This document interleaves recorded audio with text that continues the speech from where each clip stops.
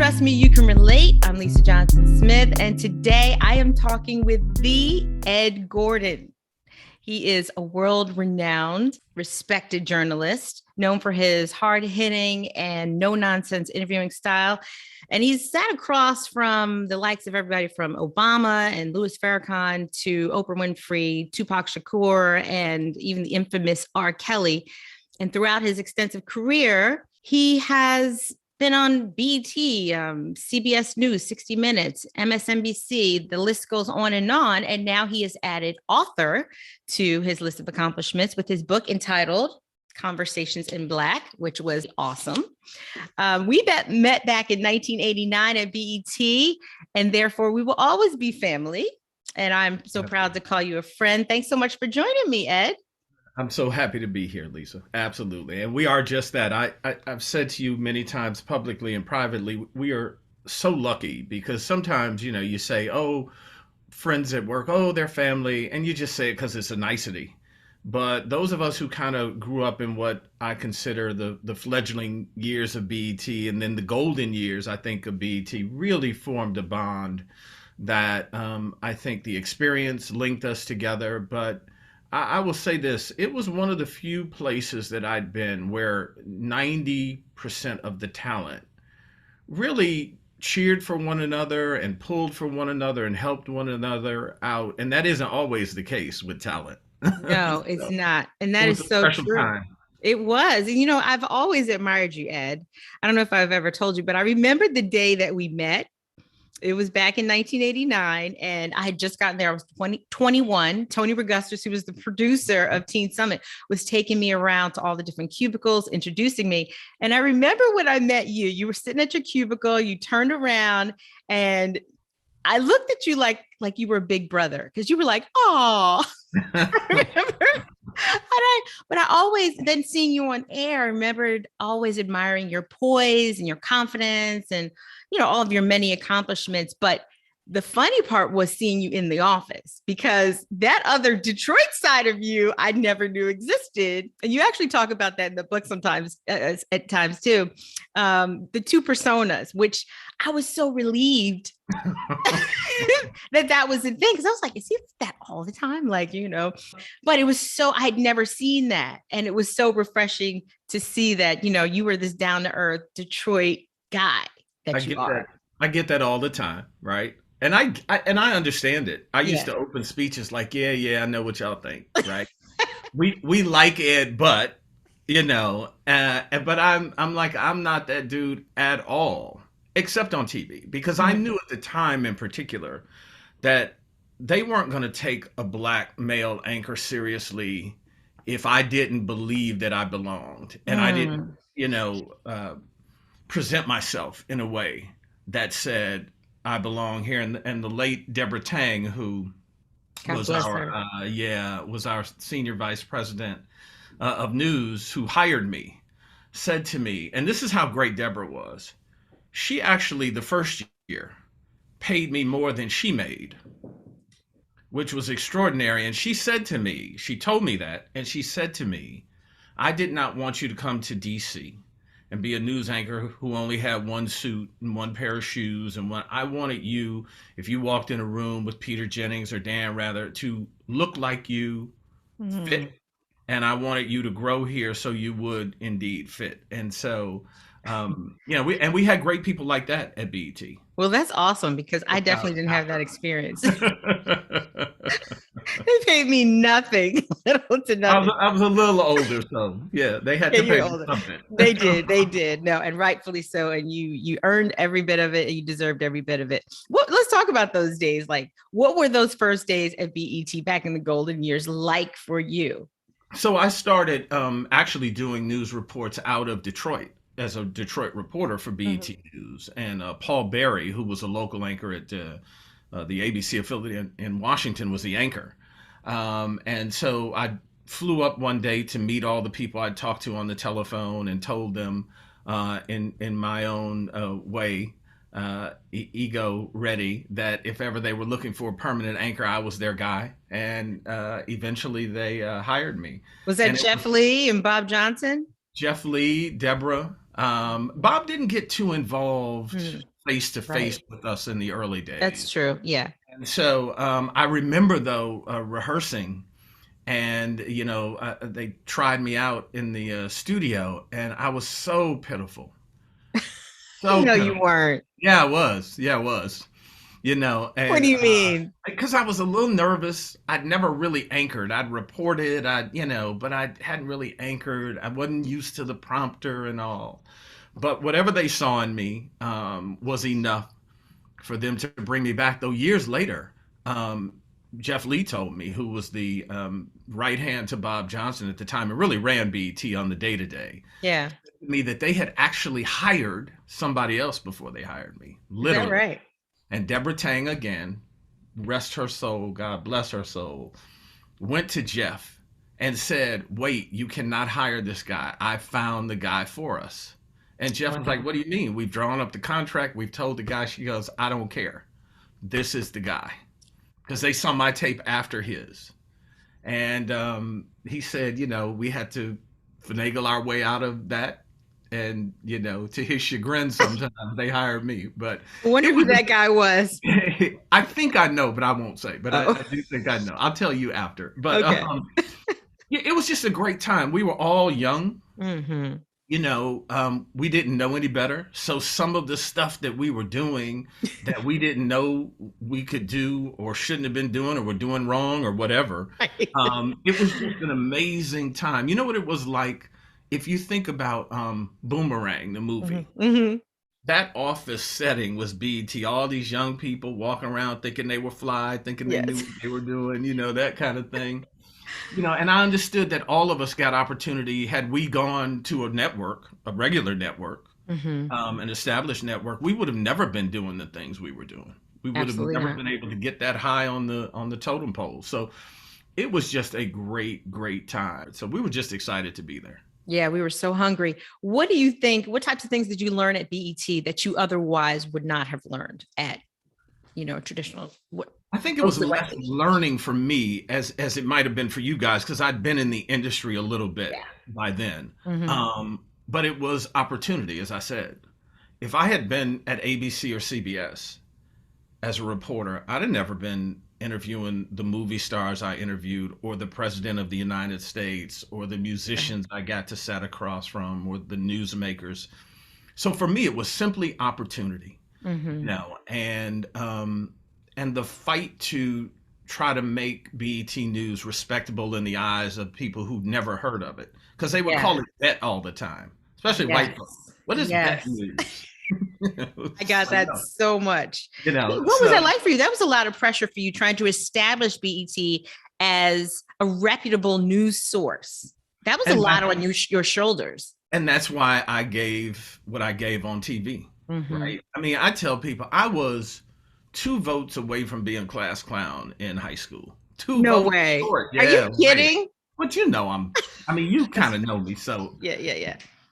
yeah. So these people who think I'm very serious not at all, not at all. But I knew in order to be taken seriously, and Hmm. for this news organization, if I was the face of it, to be taken seriously, that I would have to come across as someone who was very serious and was about his business, and knew what I was talking about. And so I never saw it. When you're in the midst of the storm, you don't know you're in the midst of the storm. Yes, yes. And so that's what it was for me. I've heard you tell stories about, the first time you were on, and when things start to go wrong, and we were doing a lot of it with a wing and a prayer because BT didn't have any real money back then. And then our budgets weren't what they should be. I remember the first time they sent me to New York. Hmm. The way I got from the airport to the hotel we were staying in was one of those buses that stopped at all the hotels.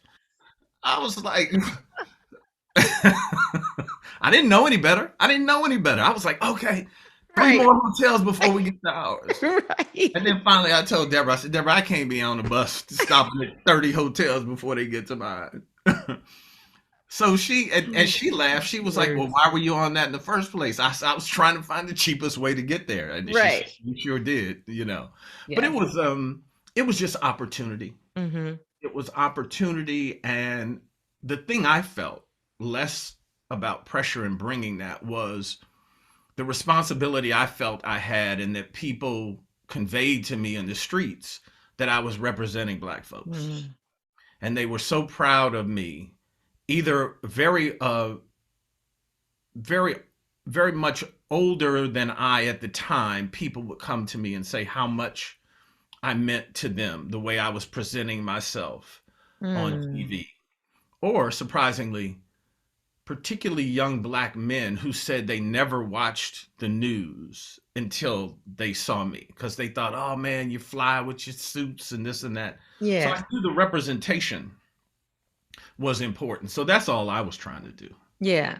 And then, so what type of an adjustment was it for you going to an all white network like CNN? Because, I mean, for myself, I went to CNN after BET for a while. And one thing that I wasn't used to was, at BET, like you said, the atmosphere, we were all like in 13th grade. Well, for me, our age group. So every time we walked by each other, no matter how many times a day we walked by each other, we were like, hey, hi, and then at CNN, HBO, people were just like, Yeah. I'm like, wait, they didn't say hi. So I again, mean, it was different for me though, again, because I was older. So I had worked other places. You had, okay. So BET was my first experience at an all Black atmosphere for work. Okay. But I'd worked at a white network at PBS, their PBS affiliate in Detroit. That was where I started my television career. Gotcha. So it was an adjustment sometimes to watch you all. Like Negro, we are at work. What is wrong with y'all? So I really did feel like people's big brother many times. Yeah. Because the news department was older than everybody else, all of us in the news department. That's so true. When y'all would be, we'd be on the phone trying to, secure an interview, and y'all be making noise, playing music in the hallway, and I'd have to go down there and go, could y'all, So, but it again, I can't say it enough. I wouldn't, for as many issues as I had with BET at times, and I had them, and I shared them with them. I didn't go to the public and share them. I didn't go to newspapers or complain publicly. Yeah. I did internally because I had some clout internally, and I also knew that. And so I would say, nope, I'm not. I could literally say sometimes, I'm not doing that. Where I know many people at BET had to just go along with the parade. Yeah. I was like, no, you have to find somebody else to do that, But that being said, it gave me a fantastic career and lifestyle. It, gave me prominence in Black America. And for that, I will never, say that I would have traded it for anything. And I must say, for as many issues as I had with Bob Johnson, in terms of, how he handled certain things at times, I will say he was a visionary who gave us all opportunity. And at the end of the day, I am proud that I worked there and for him, and, salute everything that he was able to do. Because think about where we sit today and the television and the opportunities that we know are availed to Black people today, and still not as many as there should be. But, BET, Soul Train, I mean, there are certain touch tones that had they not come along, we're not where we sit today. 100%. Yeah. What would you say was your breakthrough interview on a national scale?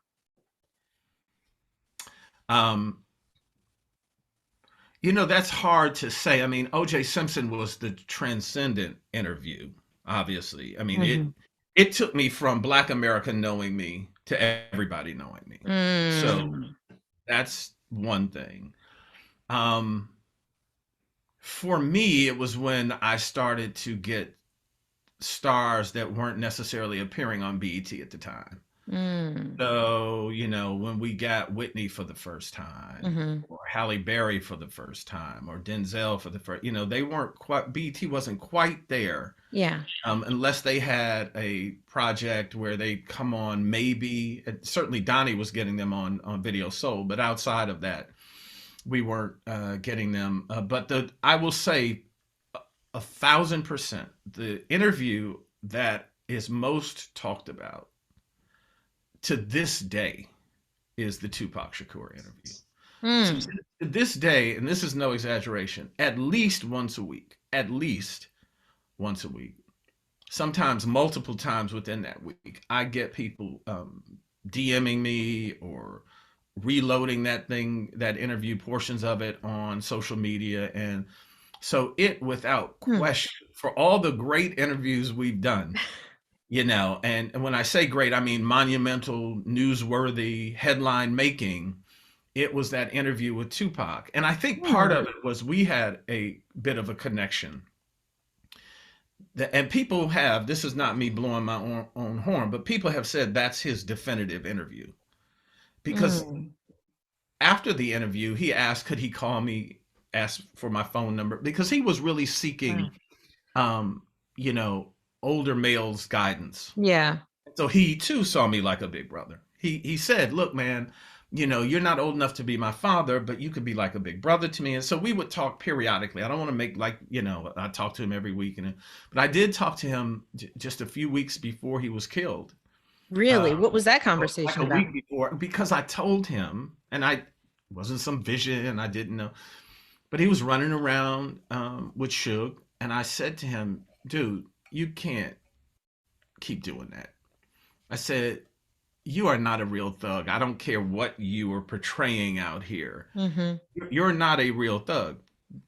Based on the conversations that he and I had on the phone, or the interviews, or the little bit I got to know, and then, I talked to his mother once or twice, and God rest her soul, she called me after his death and thanked me for being involved with him, because she said he was so excited. She said he told me the first time you all talked on the phone, he was so excited because he never thought he would ever be able to talk to somebody like you in the way you guys talked. And so it really has been the interview, I think, that certainly people who had no idea who I was, they weren't even born at the time, hit me about that interview. So it's just amazing how long that has sustained itself. That's amazing. And for me, Lisa, though, meeting Mandela the first time was the interview that has stayed with me the most, because I'm not in awe of a lot. Maybe it's because you and I have been able and blessed to do so many things through our careers that you meet so many people. It's just like, oh, it's great. You're still excited, but it's not awe-striking. Yeah. But I was awestruck when I met him the first time. What was it about meeting him that it was caused just you to be so awestruck? Mandela? I mean, you know what I mean? His aura, and I'm not that person. I'm not like, oh, the secret and speak it into existence. That's not me, right? I am blue collar from Detroit, like get up in the morning, shovel the snow, keep it moving. That's me. But there was something special about him when I met him. He was not like most people, but he was also very down to earth. The first time we met him was in his house. He came bounding down the stairs. These people said, Mr. Mandela will be in to see you in a moment. I was sitting there thinking, okay, where's his entourage? He came bounding down the stairs. Welcome, everybody. Welcome to my house. I was like, oh, just like your uncle. Yeah. And so I just so admired what he had done with his life. Being offered the ability to get out if he just, quote, calmed his people down. Right. And balanced everything. And he was like, no, I'm good. I'm going to sit here. To give up your life for a cause and for other people is something we all say we would do. Yeah. But very few of us, I think, would do it faced with it. Yeah. At least you never know until you're faced with it. And here's someone who not only did it, but changed the course of the world in doing it. So right. Just extraordinary. I'm always interested to, when I talk to other people who are on air or a journalist, how do you prepare for interviews? Like, how did you prepare for, say, Mandela or Louis Farrakhan? Yeah. I just used to lock myself in I've always been good at studying in terms of what I was interested in. I'm not trying to say I was studying in school and all that. I wasn't. I was not. Um, but when it came to work, I was about my business. I didn't play. And again, I knew it was bigger than Ed. I honestly believe that I'm repping Black America. I Right. honestly believe that. So Yeah. when I knew we were going to especially do a big interview, I tried to do that with whatever interview I was doing, whether it was a dog catcher or a president. I Yeah. tried to treat them the same. Mm-hmm. But I knew if it was going to be a big interview where I knew other networks were going to be watching and newspapers would take bites from it and clips and quote it, I wanted to be ready so they could not say I wasn't prepared or Mm-hmm. I didn't know. And I'll tell you, I learned a lesson one year. This is before BET. This is when people were marching on the South African embassy to try to end apartheid. Mm-hmm. And so I thought I knew all that was going on about the movement, and because it was in the news, and I'd read clippings, Yeah. whatever. And I had a guest on from a show I was doing in Detroit. I didn't really study, didn't really, because I said, "Oh, I know what's going on." Right. He was from South Africa and steeped in the movement, and he came on, and it was painfully obvious I didn't know what the hell I was talking about. And I vowed after that I would never, ever disrespect a guest like that, Mm-hmm. disrespect the viewer like that, or disrespect myself like that. And so I was just about it. And then when we would travel, my crew, and what's wonderful is the crew that I shot all of my big one on ones with, I still shoot with them today.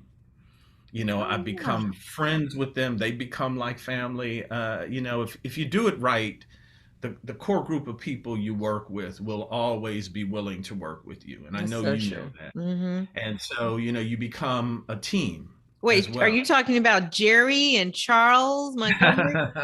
I'm talking about some of those folk. Absolutely. Wow, Absolutely. that's Uh, amazing. and there's a group that I use out of Chicago. Keith Walker Mhm. is the co-owner, and here's a funny thing.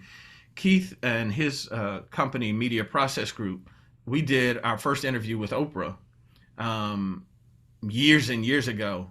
She loved the way that they shot her that day, so much so that Keith subsequently was one of the camera people for all of her interviews that she's done over the years. Oh, wow. So, when you talk about opportunity and what affords Yes. you, what's in front of you, I'm so happy for him. Literally all of her big interviews he's been a part of over That's the years awesome. since That- that day. wow, that is But they awesome. used to tease me because when the night before we'd go into a city, fly into a city or two nights, depending, and I would make sure that I hadn't done too much of my homework, so I wouldn't hang out when we went to the city. I would have to stay in the room and study.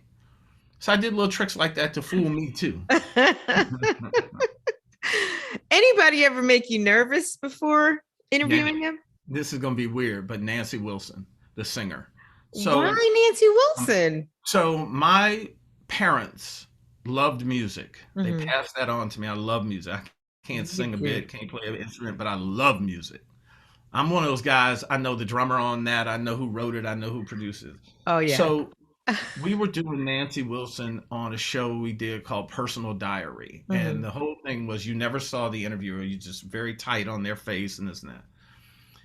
But I was so nervous because I had Nancy Wilson might have been my first celebrity crush.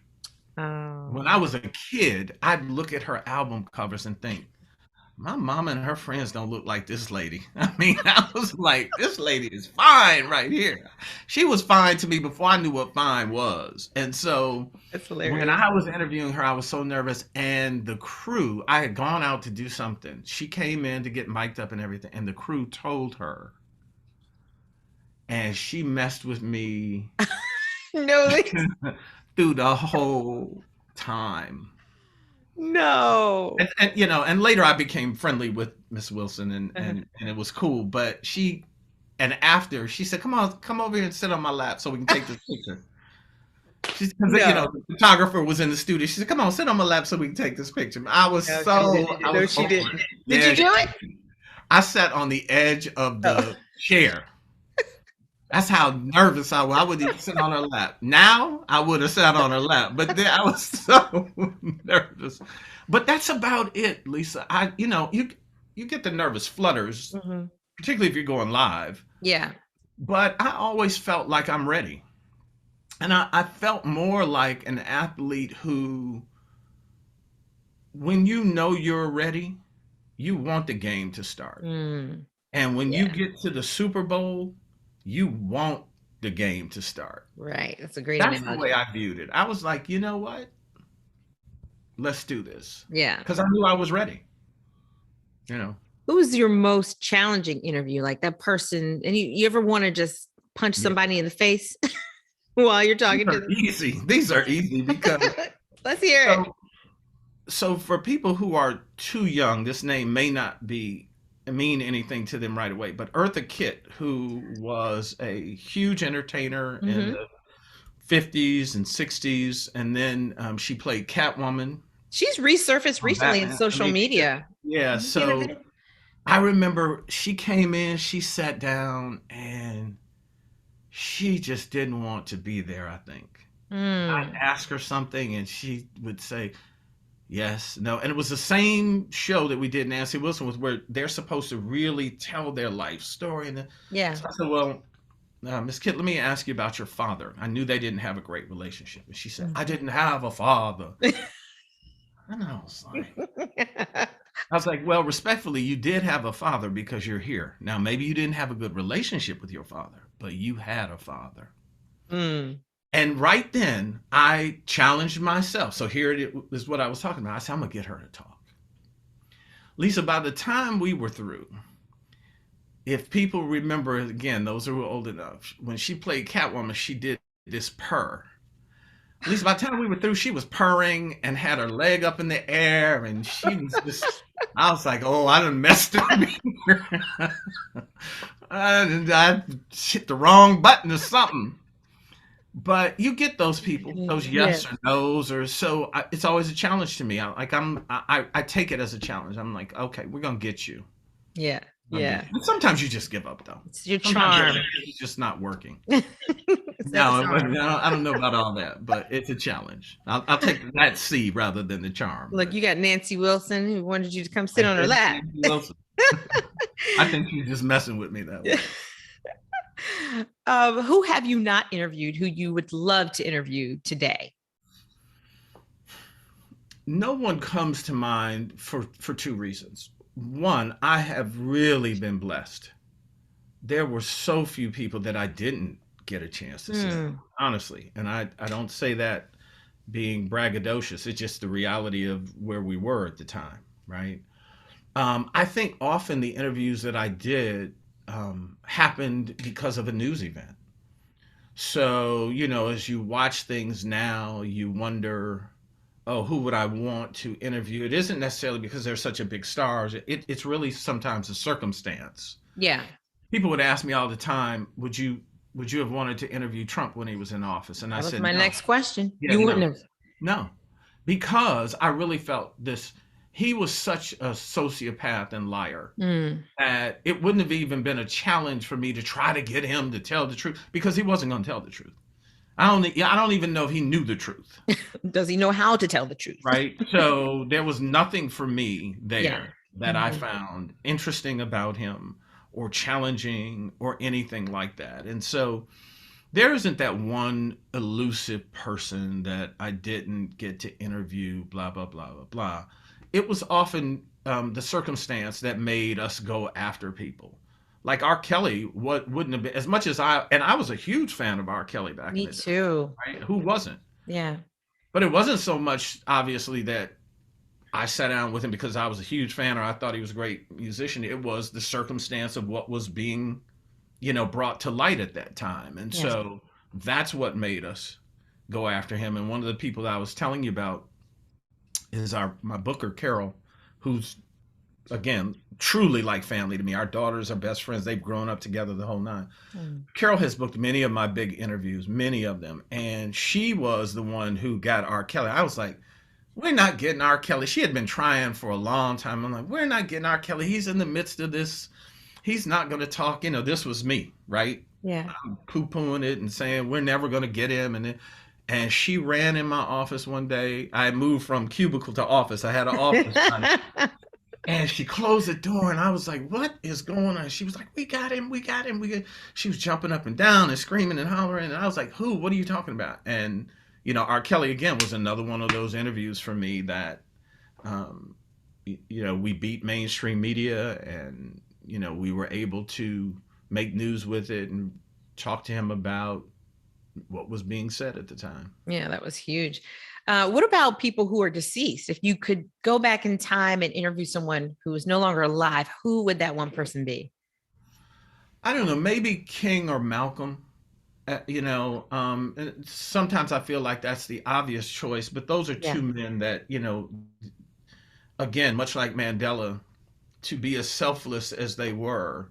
And, part of who they were to us, who were either not born or, in my case, very young, when they were in their prime. Yeah. You're seeing a kind of deified person. So maybe had I been back there, it would have been like everybody else I interviewed, just another interview, great to Yeah. have, but nothing as monumental. But I think those two, immediately come to mind. Yeah. But um, I just so admire people who see the idea that I can lend something that's so much bigger than me. So if you had to pick one thing that was in your mind the highlight of your career, I know you said you were enamored by Mandela, but was that what you would consider to be the highlight of your career? Um, that was certainly the most personally exciting.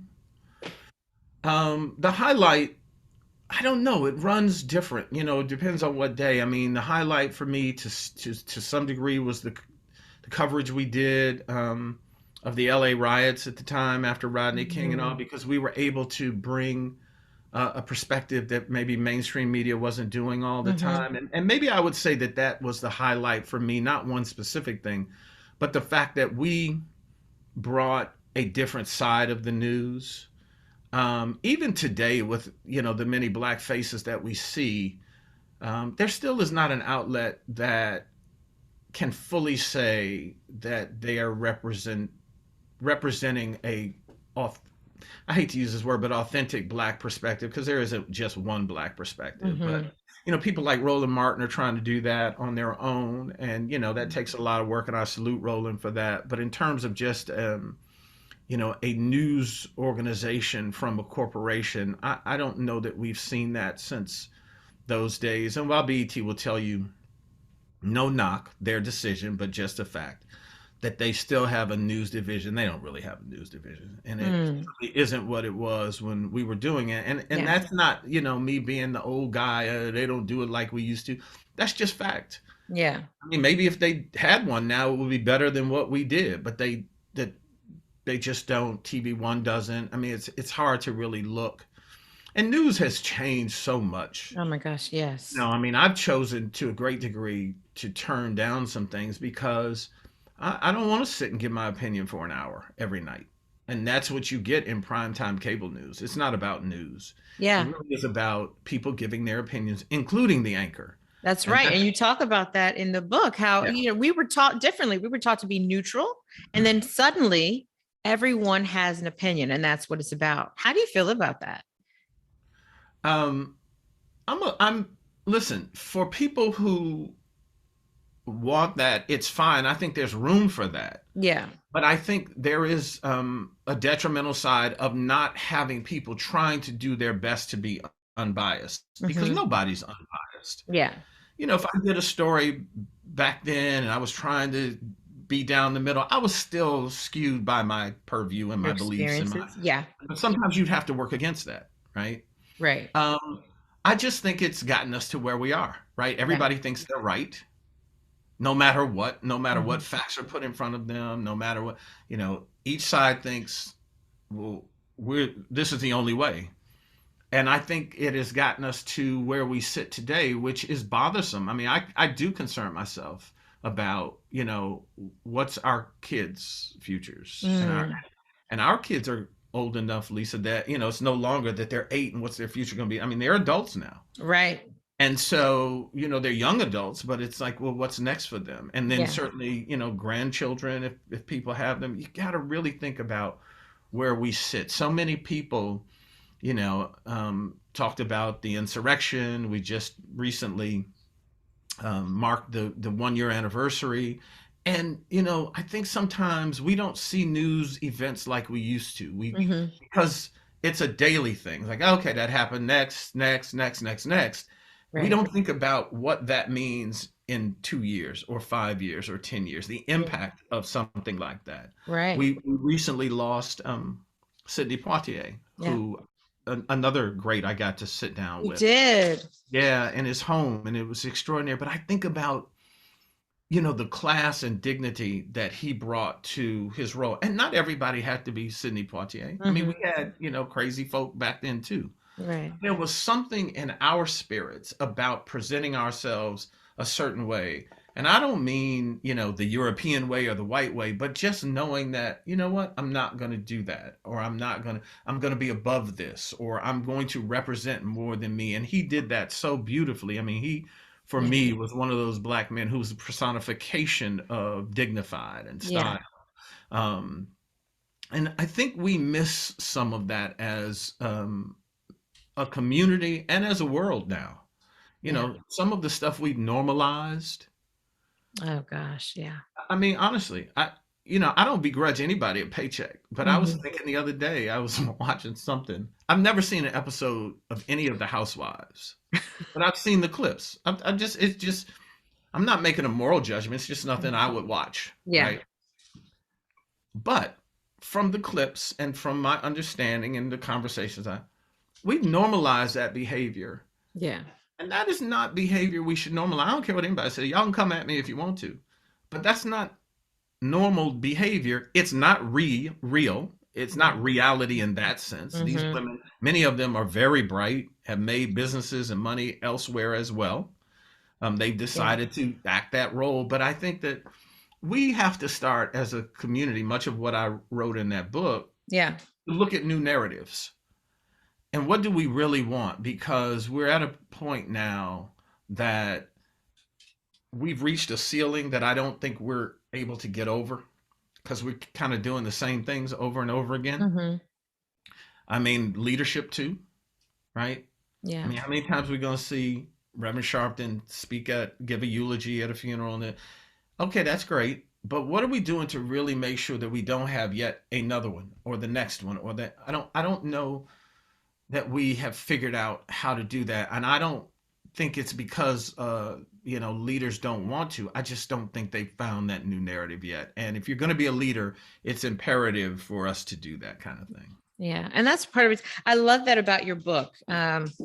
Conversations in Black. I love how it felt like a conversation between numerous people giving their insight and opinions on so many different issues. It was a great, great read. You said you've been working on it since 2012. So that's when the genesis of the idea of a conversation happened. Because I interviewed so many great people, and this, Lise, before the interview starts, often you get the best conversation, because when the light comes on, people kind of put their persona on, their public persona. But then when the light goes off, or right before you start, they'll Right. tell you a little something, so I said, wouldn't it be great if I could get some of these people to talk to me that way about different issues? And I knew that they'd be more apt to do that with no cameras around so I started in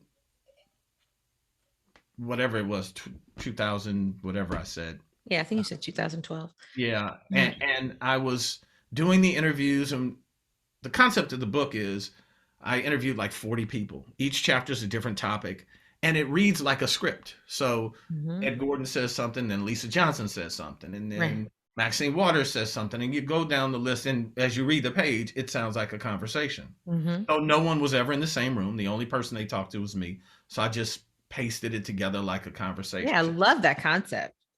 But what happened was I started, and back then I had interviewed Maya Angelou, Bill Cosby, Colin Powell, so many different people. And I got a TV project. and that put a pin in that book, and I Mm-hmm. never finished it. And a few years back, I said, man, that was such a great idea. So I couldn't use those interviews because they weren't evergreen interviews. Mm-hmm. But I just started again. And Oh. I re interviewed some people about the things that were most current. But I was so pleased at, when people take a look, if they take a look at the book and see the names, I was so very pleased that the people who accepted. I mean, it's an extraordinary list of leaders and thought leaders and influencers and the like. And I appreciate all of them for taking their time. So I was so happy to have completed, the idea and then the ultimate project. No, it's a wonderful book, which I highly recommend. I mean, a number of your interviews stood out to me, but one of the things that definitely stood out to me was you reflecting on covering the Obama inauguration in 2008. And Yeah. I remember I was there with my family too. It was freezing cold. And you talked about, oh gosh, it was so cold. And you talked about seeing this elderly woman being pushed in a wheelchair. And I remember seeing quite a few. Yeah. And I was like, oh my gosh, I can't believe this. Talk about that a little bit. I mean, what you did to Yeah, just it was amazing that morning. Yeah, here's another one of those moments that was awe-inspiring for me. So we finally get what I thought I would never see in my lifetime. I never ever thought I would see a black president. So we're all excited. It's early in the morning, I mean, dawn had just broken, and when I was driving in, it still dark, and we had to get in early because they were closing all the streets, and yeah. you had to have passes to get past certain points and all of this. And so, as you noted, there were so many people just making the trek. It was such a magical day, families coming out and wanting to get their space on the mall and find their spot to see this historic event. And I saw this woman in a wheelchair, and her grandson or somebody was pushing her along, and some of the streets were closed, so he had to try to push her over grass, and just and I could see he was struggling with it. And so she said, I went over to him, and she said, I have to see this moment. I have to see this moment. And I thought, I got to do something. I got to do something. Yeah. So I called one of the couple of brothers who were police officers. I said, dude, you got to help me. I said, this woman is here. I said, this is a representation of who allowed me to be an anchor and you to be a police officer, her generation, this, that, and the other. I said, they're a little ways away. These brothers opened barriers, made sure that she got down certain streets that were closed off, let her nephew or grandson or whatever he was push her down, and we got her as close as we could, and fairly close to that historic moment. And I just felt like at that moment, she was everybody who fought for us. Yes. And she represented that. And I felt like I could either just say, oh, okay, I hope you have a good time today, or I could do something to say to the ancestors, thank you for giving me this kind of clout, that I could actually call some officers over and utilize what I had, the little bit of gravitas that I had to get her a great spot that day. And so it was just a moment for me that really spoke to not how far, I was in terms of my career, but how far we as a people have come. So true. Yeah. I mean, it was just an amazing moment. And, I mean, talk about helping and reaching back. I mean, yeah, like you said, you didn't have to do that. And I wonder, how do you feel that people right now who have or in power, especially as African Americans, do you feel that we're doing enough to reach back and help others? Some. I mean, look, I stopped having that discussion with myself because I can't put my value system on somebody else. So there are certainly some people who are doing extraordinary things. And like all times, including back in the day, there's some people that got theirs and that's what they have. What I'd like to see and what I feel comfortable saying is I do think we all could do more. All of us. Yeah. I struggle with that every day. Am I doing enough? Mm-hmm. So I'm sometimes on leadership about doing a bit more and not just doing what you do every day because you used to it or it gets you on the news or get. But I Right. also get on people who complain about leadership and they don't do anything. Mm-hmm. They don't vote. They don't join any organizations. They don't give any money. They don't give any time. I used to tell people, do something. Give of your time. If you don't have time, give of your money. If you Yeah. don't have money, give your wisdom. And if you don't have wisdom, then shut up and get out of the way. Right? I mean, if you can't give any of that, including wisdom, then you just need to go and sit in the corner. Just go sit down. Just sit down. You don't have to do shit, but sit down. Right. We don't need to hear from you, but just sit down. You know. So Ed, you don't talk much about your personal life. And I was so shocked to find out that your dad was in the Olympics. yeah, he's a gold medalist. That's incredible. In the long jump. What year was that? So 32, he won. And so my dad was an older parent, right? He Yeah. was 50 something when they had me. Oh, So he was wow. an older father, right? Yeah. And I lost him when I was 11. He passed away suddenly of a heart attack. But, I tell you what, Lise, I'll be honest, because a lot of people say, oh, you don't, I put some stuff up on social media, that kind of thing. But I also feel like, and I am a reluctant celebrity, right? I don't do a lot. Like they used to get on me because I never wanted to do the red carpet. So I'm not here to say that I don't like celebrity or I haven't, benefited from it or, whatever. And I've had it for so long now that if no one noticed me in any given week or day or whatever, I might go, wait a minute, hey, I'm here. But on a whole, I don't seek it. I don't have to have, especially now in my career, I've done so much. I'm cool. If I do nothing else, I will have had a great career and would have made my mark and all of that. Yeah. So I also feel like I feel for most people. I'm just not that interested.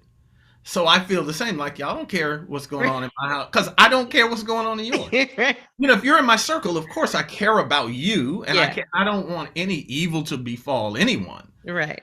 But I don't really care what you have for dinner or your new outfit or your new, so I feel the same. Like, why am I telling everybody that, we went on this vacation or we did? Social media. Did you ever think about what it would have been like if social media were around back when BET first started? I think you are a creature of the times that you're in. So some stuff might have got out on you personally, because especially at BT, that was I was so glad I was older. That was such a wild place too. I was just like, what you did, huh? So because by the time I was there, I was married. So some of that mess I would have certainly tried to get into. I didn't try to get into. So it saved you. But I think so, to a great degree. I really do. I think the Lord understood I cannot send this boy there single. So we go. But I just think we would have been of that time. Yeah. If social media had been around. So just like now, you learn to navigate it, and even now, and I think I would have done the same back then because of who I am. I decide what I tell people. I don't tell people everything. I just don't. I don't. I don't think it's any of their business. And again, I just don't think it's that interesting. Yeah. Well, I was surprised also that I saw an article in Essence with you and your wife. I had no idea you were married a second time. That's how private you are. She's gorgeous, and congratulations. Thank you. Do you guys plan on doing any type of collaboration? I know she's also in entertainment, right? Right, but she's on the other side of it. She is not a content creator. She does a lot of marketing and things of that nature. So, she made it very clear early on, I ain't working for you. Lord Jesus. I think the separation of church and state for marriages sometimes is the best thing. And so, but to that end, in terms of creation, you and I have talked about this before, privately. We're all in a place now of creating content where you want Yeah. to own it, Right. and for all of us, it's a question of trying to figure out how to monetize that. And that's from the kid who's in high school who's making videos with the iPhone to those of us who now are transitioning into understanding that, well, I don't need everything that I used to have. I can do this and that and this and that, and understanding that it can look like this from Yeah. our homes. Right. Where Right. before we would be like, what? No, we Yeah. can't. We got to be in the studio. We got to. So the existence of what the industry has become Hmm. does allow you to pick up with friends and do creations. You just have to have some spirit and gumption and a work ethic that says, how do I push it out there if you don't have a daily outlet yourself? If Right. you're not on the radio or television elsewhere, Yeah. how do I rise above all the millions of other people who are doing this and make it important? Which Yeah. is, again, back to my personality. I've never done IG live. Like, people encourage me now, do IG live, get your Hmm. numbers up, do this. And I'm like, Yeah. I don't know. I I know. don't I really feel the want to same talk way. to people I don't know. It's Nothing against tough. anybody. I Yeah. just, you It's know, different. It's different. but it can be embraced. I mean, Yeah. I've certainly done things that I thought I would never do, Hmm. or felt like, it's not for me. And then I was like, Right. oh, okay. It was just foreign to me. Yes. I Yeah. have become my mother, who, when the VCR came out, she couldn't figure it out. I was like, Mama, push the red button. It'll record the damn thing. No, Skipper, I don't know how to do that. How'd you get that nickname, Skipper? You know what? I used to know. I don't remember why Skipper came about, but that is my nickname. I know how long you've known me based on what you call me. If you call me Skipper, that usually means you're a family friend, and have known me since I was little. Hmm. Call me Eddie. That usually only two people call me Eddie as an adult: Steve Harvey Uh-huh. and Carol Johnson Green, who I mentioned was my booker, and Carol calls me Eddie. Those are the only two people who consistently call me Eddie as an adult. If you call me Eddie, I knew we went to elementary school together. Ah, gotcha. Okay. Once I hit junior high school, I became Ed, and then it gets cloudy where I knew you from. Nobody ever really calls me Edward. I've been called a lot of other shit and answered to some of it, but yeah. Well, if you could go back in time to your younger self, what advice would you give to yourself in terms of your career as well as personally? That it's not that serious. I used to get so hyped up about stuff. Hmm. That I am truly that person who mellowed with age. Mm-hmm. I was A-type times 10. I was quick triggered. Again, people think I'm somebody on air. I am from Detroit, and I am not that guy. And so I was quick to, what? Right? People, again, you light eye. People think, I was like, okay, all right, I got you. Yeah, and part of that, I think, is because I grew up that way. So they Mm. always test you. They Yeah. always, so I had a little bit of that about me. I had, I think, oh, it's the end of the world. What do you mean we don't have to get that person down the line? Da, da, da. Calm down a little bit, G. Just a little. Now, I don't want to lose all of it, Mm-hmm. but bring it down a little bit. Bring that temperature down a little bit. That's great advice. That's great advice. And a lot of that can only come from living That's and exactly right. experience.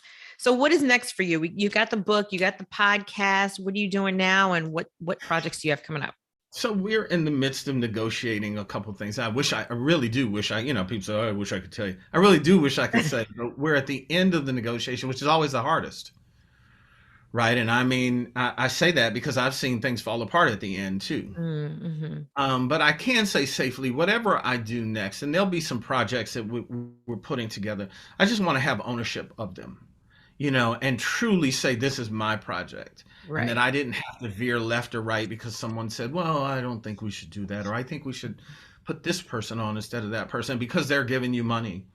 You have to do that, right? And so that's what I'm doing. But if I don't do anything else where I'm in front of the camera, again, I've satisfied that. I just still love the creation of. And so, some days I'm sitting here trying to figure out, well, what can I do? And I want to do things that mean something to me and that I love, and that I have real interest in. Yeah. And so, that's what I'm trying to do. That's so important now. So people can catch you on.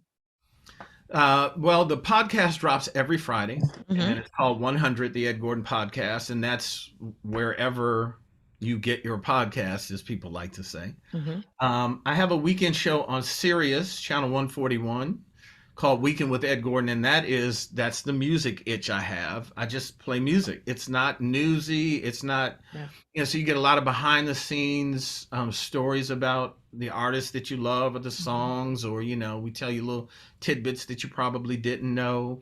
We have some celebrity interviews with that, and that's just a fun show for me. And as I said, we're in the midst of trying to close out some TV stuff or some video content stuff that we'll be putting out there. So I'm trying to stay busy, and I just appreciate, and I mean this, and people say, oh no, of course, but I really mean this. I just appreciate that people still kind of want to hear from me, and still, if they're old enough, remember, or some young people know, because more than anything, of Tupac. And so I'm just really appreciative that I've been able to hang in the game this long, because most of the people I started with stopped long ago. They weren't on the air, they became consultants or whatever else they became. And so I don't take for granted the career I've had, or that people have allowed me to have that career, and still appreciate what I do. So I'm very, very thankful for that. Yeah. Well, thank you so much for taking the time out. And I mean, it's been wonderful catching up with you. And I am so excited for your upcoming project that hopefully we'll hear more about soon. Thank you, Lisa. Love you. Appreciate it. Love you too, Ed. Take care.